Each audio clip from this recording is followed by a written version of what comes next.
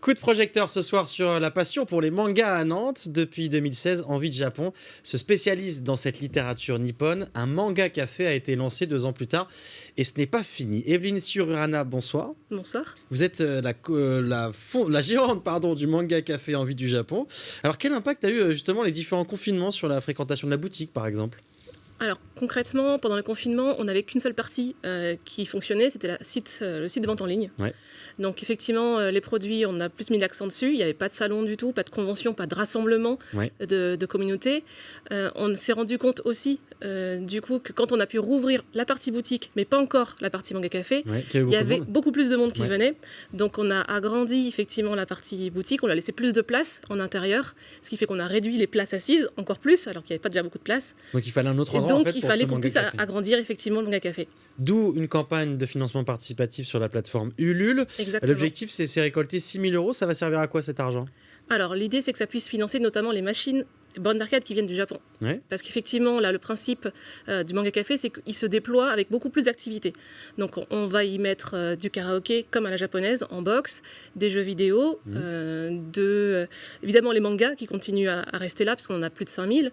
Et puis surtout, on veut y rajouter des bornes d'arcade qui viennent du Japon. Et ça, c'est qui coûte le plus cher. Ce sera comme un parc d'attractions, en fait. Il faudra payer un droit d'entrée, c'est ça, et puis, En fait, on paye l'entrée et après, on fait ce qu'on veut dedans. Donc, on peut faire du karaoké, on peut aller jouer, on peut faire lire des mangas, etc. Alors, vous avez eu pas mal de difficultés, on peut le dire, à trouver justement un local qui pourrait rassembler la boutique et le café. Du coup, il a fallu diviser. Je crois que vous avez une bonne nouvelle pour ce manga café, très récente d'ailleurs. Alors, donc effectivement, on a signé le bail hier, donc du nouveau local. On n'avait pas encore annoncé l'adresse jusqu'à hier soir. Oui. Donc, il sera 1 rue de Strasbourg. D'accord, donc assez près de l'autre, puisqu'on est à peu près à moins de 10 minutes à pied entre les deux locaux, puisqu'on garde le local rue Paré pour tout ce qui va être boutique, et la boutique qui va beaucoup grossir en termes de contenu.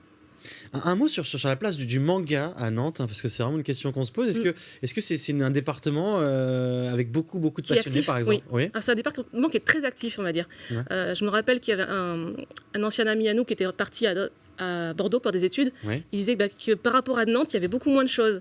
C'est vrai qu'à Nantes, on a des assos, on a des événements, on a des boutiques, on a beaucoup de choses qui tournent autour du monde du manga. Donc il y a effectivement, en termes d'événements, il y a quand même 3 événements sur Nantes, rien que sur cette ville, quoi. Et on voit d'ailleurs en image l'événement Art to Play, voilà, qui a Art lieu. To Play, effectivement, qui est le professionnel, puisque c'est les parcs expo qui l'organisent. Ouais. Il y a aussi ceux qui sont associatifs, comme Japanante et Wasabi, qui étaient là avant Art to Play, qui ont lancé un peu aussi l'idée, la vague manga sur Nantes. Et toutes les assos qui sont liées à ce monde-là font qu'aujourd'hui, quand même, je pense que Nantes, on est une des villes de province où il y a le plus de choses en termes de Japon et de manga. Vous arrivez à l'expliquer comment, ça ? Ça vient, je dirais que ça vient d'un premier groupe de fans qui lance quelque chose et après ça entraîne d'autres personnes qui vont créer autre chose dans le même esprit et au fur et à mesure en fait ça fait une chaîne, ce qui fait que tout vient des premiers passionnés qui ont lancé le mouvement et après ça s'enchaîne tout simplement.